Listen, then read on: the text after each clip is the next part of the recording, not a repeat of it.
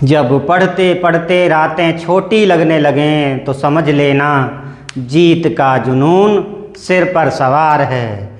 जीत का जुनून सिर पर सवार है। कैसे हैं मेरे प्यारे बच्चों? ईश्वर की कृपा से आप सभी अच्छे होंगे। और आज हम पढ़ने वाले हैं संख्या पद्धति के अंतर्गत अगला भाग, जिसके अंतर्गत आज हम पढ़ेंगे कि कोई भी जो संख्या दी गई है उसको पहचानना है कि वो संख्या हमारी परिमेय संख्या है या हमारी अपरिमेय संख्या है। तो देखिए बच्चों, एक प्रश्न हम करके देखते हैं।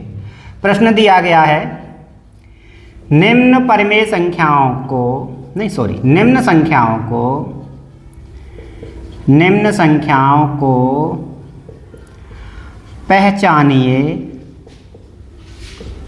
निम्न संख्याओं को पहचानिए कि वे परिमेय संख्या हैं,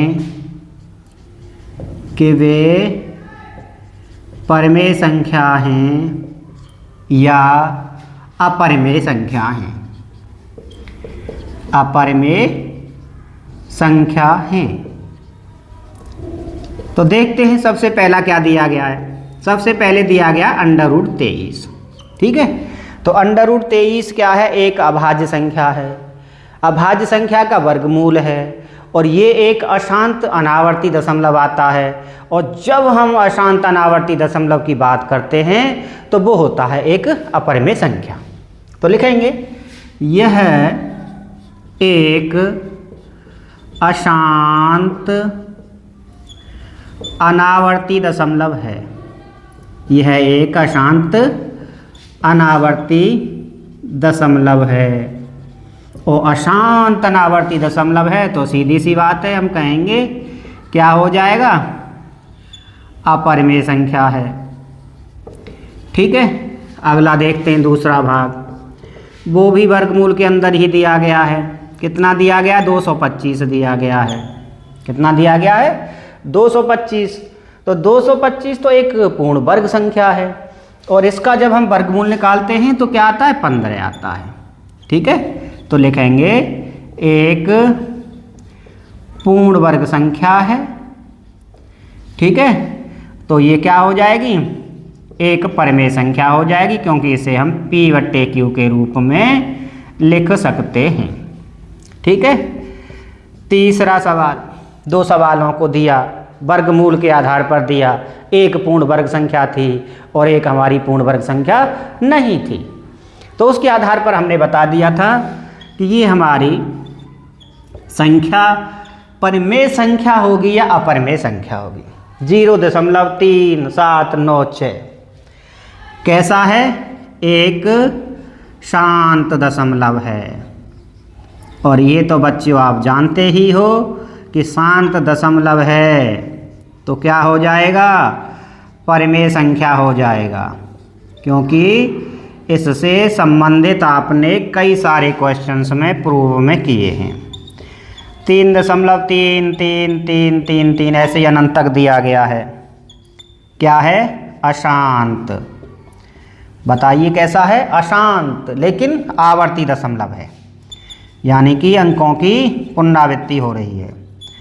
अशांत आवर्ती दशमलव है तो सीधी सी बात है, क्या हो जाएगा? एक परिमेय संख्या हो जाएगा।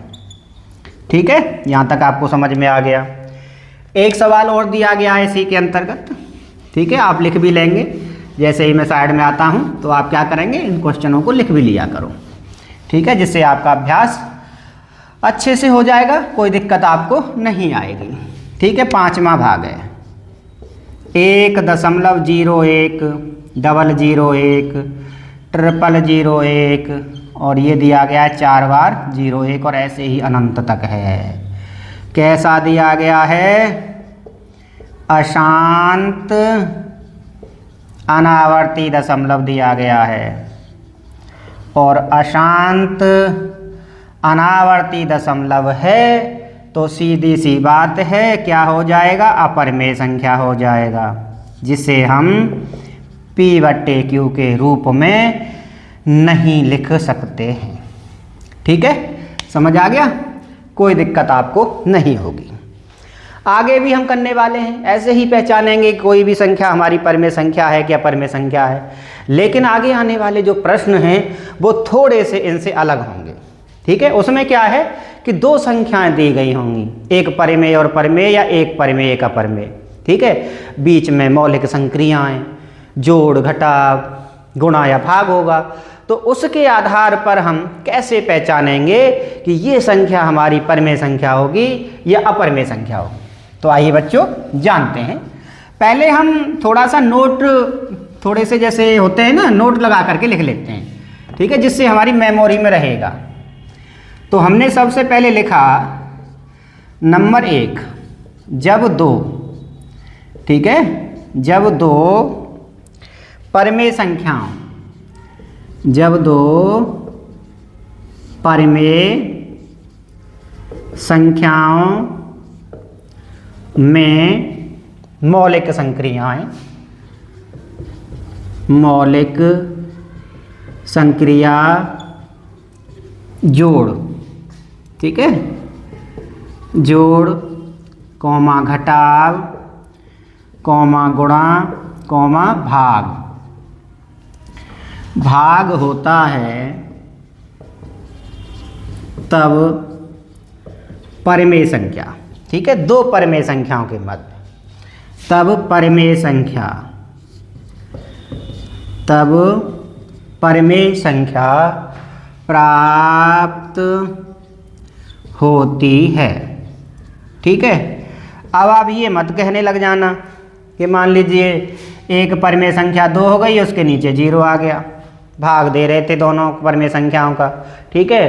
तो अब ये परमेय संख्या हमारी कैसी होगी, अब तो अपरमेय हो गई है ना। तो शून्येतर परमेय संख्या लेंगे, कैसी लेंगे, शून्येतर परमेय संख्या लेंगे, इस बात का आप ध्यान रखेंगे। देखो एक और नोट लगा के लिखते हैं कि जैसे रैशनल को रैशनल से जोड़ें तो भी हमारा क्या आएगा, रैशनल आएगा, क्योंकि रैशनल को ही हम क्या कहते हैं, परमेय संख्या कहते हैं। रैशनल ही तो होता है परमेय संख्या। ये रैशनल किससे निकला है, रेशियो, रैशनल में क्या है, रेशियो, अनुपात, ठीक है, वही परमेय संख्या होती है।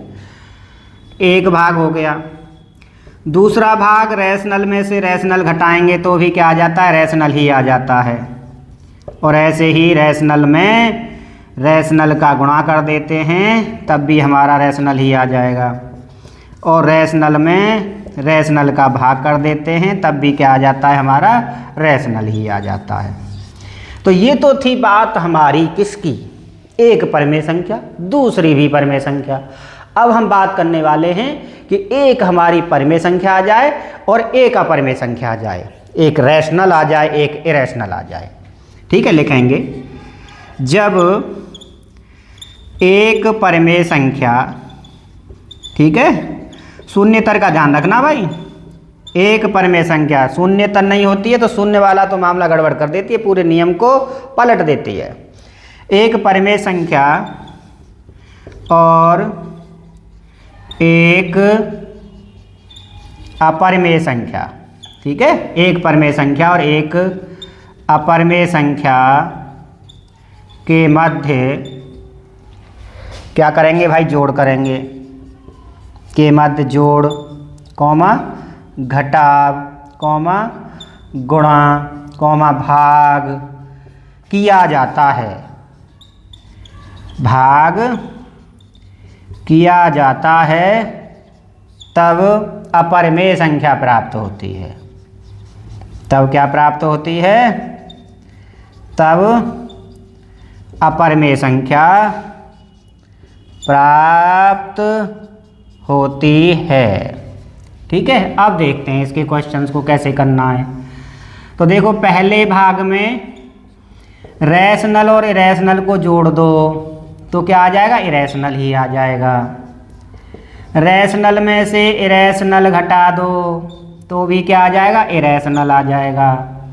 ऐसे ही रैशनल में इरैशनल का गुणा कर देंगे तो भी इरैशनल ही आएगा, और ऐसे ही रैशनल और इरैशनल का भाग करते हैं तब भी क्या आएगा, इरैशनल ही आएगा, ठीक है। अच्छा एक रैशनल ले लिया है ना, एक क्या ले लिया, रैशनल ले लिया, और एक क्या ले लिया, इरेशनल ले लिया। ठीक है, अब इसका गुणा करेंगे तो क्या आ जाएगा, 0 आ जाएगा, भाग देंगे। तो 0 नहीं होना चाहिए इस कंडीशन में, यानी कि एक शून्येतर, यानी कि शून्य से अलग परमेय संख्या में लेनी है, तो हमारा ये नियम फिट बैठ जाएगा। ठीक है, अब एक तीसरा नियम भी हम लिखने वाले हैं आपके सामने। अब तीसरे नियम के अंतर्गत क्या होगा कि अपरिमेय और अपरिमेय ही ले जाएंगे, और अपरिमेय को अपरिमेय के साथ लेने पर कोई निश्चित नहीं है कि हमारा परिमेय आएगा कि हमारा अपरिमेय आएगा। ठीक है, समझ में आ गया। तो नोट नंबर क्या हो जाएगा हमारा, 3 हो जाएगा। जब दो अपरिमेय संख्याओं, जब दो अपरिमेय संख्याओं के मध्य जोड़, घटाव, गुणा या भाग किया जाता है, या भाग किया जाता है, तब अपरिमेय भी मिल सकती है और परिमेय भी मिल सकती है। तब परिमेय या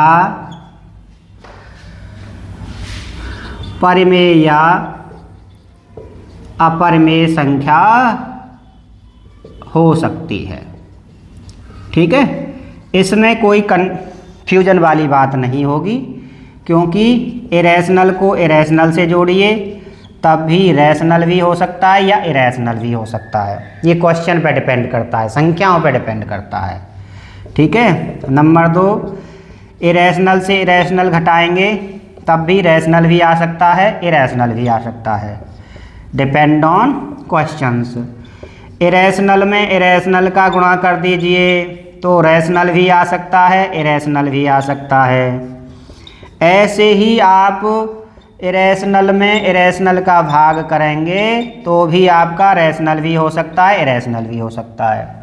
अब आप सोच रहे होंगे कि सर कुछ क्वेश्चंस लेके बताइए, तो ले लेते हैं। एक इरेशनल ले लिया 3 + √2 और एक इरेशनल ले लिया 3 - √2, दोनों कट के क्या आ गया, रैशनल आ गया। ठीक है, √3 एक इरेशनल ले लिया, जोड़ दिया √2, ये भी क्या आ जाएगा, इरेशनल आ जाएगा। ठीक है, तो जोड़ने पर रैशनल भी आ गया और क्या आ गया, इरेशनल भी आ गया। चलो गुणा के द्वारा समझते हैं। √3 इरेशनल, √3 इरेशनल, क्या आ गया, 3 रैशनल आ गया। ठीक है, √3 √2 का गुणा किया √6, ये भी हमारा क्या आ गया, इरेशनल आ गया। तो ये सारी चीज़ें किस पर डिपेंड करती हैं, क्वेश्चंस पर डिपेंड करती हैं या संख्याओं पर डिपेंड करती हैं। इस चीज़ का आपको विशेष ध्यान रखना है।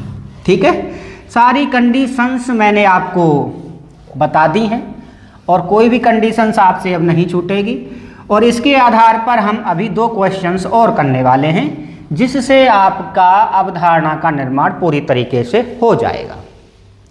तो क्वेश्चन है कि जांच कीजिए कि निम्न संख्याएं परिमेय संख्या हैं या अपरिमेय संख्या हैं। ठीक है, अगला प्रश्न देखिए क्या देता है।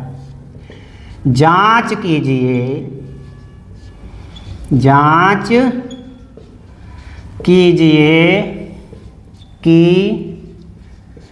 दी गई निम्न संख्याएं, दी गई निम्न संख्याएं परिमेय हैं, परिमेय हैं या अपरिमेय हैं। ठीक है, तो इसमें देखिए पहला वाला क्वेश्चन एक दिया गया है 7 √5। अब बताइए ये परिमेय होगी कि अपरिमेय होगी। 7 क्या है, परिमेय है, √5 क्या है, अपरिमेय है, तो क्या हो जाएगी, अपरिमेय संख्या हो जाएगी। संक्रिया on rational and irrational will be irrational, तो क्या हो जाएगी, अपरिमेय संख्या हो जाएगी। ठीक है, अगला एक और देखिए 7 / √5, परिमेय संख्या में अपरिमेय संख्या का भाग है तो क्या आ जाएगा, अपरिमेय संख्या आ जाएगा। अब किसी भी बच्चे को इनके आंसर्स देने में मेरे ख्याल से कोई दिक्कत नहीं हो रही होगी, है ना? या दिक्कत हो रही है, बताओ? नहीं हो रही है। √2 प्लस √2 अभी भी क्या हो जाएगा, अपरिमेय संख्या हो जाएगा। बहुत ही सरल है। एक और दिया गया है जो कि है π-2। पाई क्या है, अपरिमेय, ये क्या है, परिमेय। तो ये भी क्या हो जाएगी तुम्हारी, अपरिमेय संख्या हो जाएगी। जब दो एक परिमेय संख्या और एक अपरिमेय संख्या के बीच संक्रिया की जाती है तो अपरिमेय संख्या प्राप्त होती है। ये नियम हमने पढ़ लिया है, ठीक है। एक प्रश्न और हम करने वाले हैं। जांच कीजिए कि दी गई निम्न संख्याएं परिमेय हैं या अपरिमेय हैं, ठीक है। तो देखिए क्या क्या दिया गया क्वेश्चंस के अंतर्गत, ठीक है। जैसा भी क्वेश्चन देगा हम आसानी से उसे कर लेंगे, कोई दिक्कत नहीं आएगी। पहला दिया गया 2 - √5, ठीक है। तो ये तो क्या हो जाएगी आपकी, परिमेय हो जाएगी। परिमेय नहीं, अपरिमेय। ये चीज़ का विशेष ध्यान रखना है, गलती नहीं होनी चाहिए। अगला देखिए क्या दिया गया है, 3 + √23 और माइनस का क्या दिया गया, √23 दिया गया। कट के बराबर 3 आ गया और 3 आ गया तो क्या कह देंगे हम, बताओ? परिमेय संख्या कह देंगे। क्या कह देंगे, परिमेय संख्या कह देंगे, ठीक है। समझ आ गया, कोई दिक्कत आपको नहीं होगी। 2 √7 ये इसी प्रकार के हैं कि जब दो अपरिमेय संख्याओं में, ये भी अपरिमेय थी, ये भी अपरिमेय थी, अब निकल के क्या आ गई, परिमेय संख्या आ गई है। अब ये भी ऊपर भी अपरिमेय, नीचे भी अपरिमेय, निकल के क्या आ जाएगी, परिमेय आ जाएगी, ठीक है। तो जब संक्रिया दो अपरिमेय संख्याओं के मध्य की जाती है तो वो हमारी परिमेय संख्या भी हो सकती है और वो हमारी अपरिमेय संख्या भी हो सकती है। 1/√2 तो ये तो क्या हो जाएगी, अपरिमेय हो जाएगी, क्योंकि अब इसमें परिमेय और अपरिमेय वाला कॉन्सेप्ट आ गया है, ठीक है। एक और दिया गया है जो कि है हमारा 2π, और 2π में भी क्या हो जाएगा, परिमेय अपरिमेय वाला कॉन्सेप्ट है। और परिमेय और अपरिमेय वाला है तो सीधी सी बात है, क्या हो जाएगा भाई, अपरिमेय संख्या हो जाएगा, ठीक है। समझ आया होगा आप सभी बच्चों को। एक प्रश्न और करने वाले हैं ऐसे ही 3 से 4 पार्ट, और फिर उसके बाद आपका कॉन्सेप्ट बिल्कुल क्लियर हो जाएगा।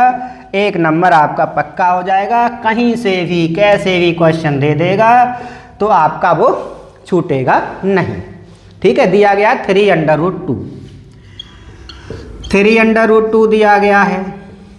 और आगे क्या दिया गया है, 2 - √5 दिया गया है, ठीक है। तो ये भी आपकी क्या हो जाएगी, अपरिमेय संख्या हो जाएगी। और ये भी क्या हो जाएगी आपकी, अपरिमेय संख्या हो जाएगी, ठीक है। समझ में आ रहा है, कोई दिक्कत आपको नहीं हो रही होगी। ऐसे ही दिया गया है 2 + √3 और आगे दिया गया है 2 6 6 6। तो ये तो आपका क्या हो जाएगा, परिमेय हो जाएगा। और ये आपका क्या हो जाएगा, अपरिमेय संख्या हो जाएगा, ठीक है। इसमें तो परिमेय और अपरिमेय को जोड़ा जा रहा है, और परिमेय और अपरिमेय को जोड़ेंगे तो निकल के क्या आएगा आपका, ठीक है, अपरिमेय संख्या ही आएगा। और ये एक ऐसा दशमलव प्रसार है जो कि कैसा है, अशांत आवर्ती है। अशांत आवर्ती है तो ये आपका कैसा हो जाएगा, एक परिमेय संख्या हो जाएगा। 3 + √3 और 3 - √3, बहुत सारे क्वेश्चंस हमने ले लिए। a + b और a - b, तो 3 का स्क्वायर माइनस √3 का स्क्वायर। 3 का स्क्वायर किया 3, √3 का किया कितना आ गया 3, और ये कितना आ गया 6 आ गया। अब 6 आ गया तो ये 6 क्या होगी आपकी, परिमेय संख्या होगी, ठीक है।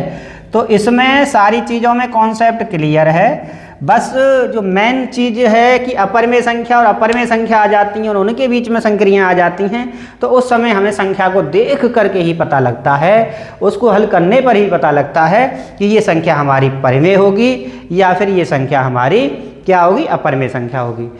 लेकिन आज के बाद आपको कोई परेशानी नहीं रहेगी, ऐसा मुझे पूर्ण विश्वास है। और आज के लिए बहुत बहुत धन्यवाद बच्चों।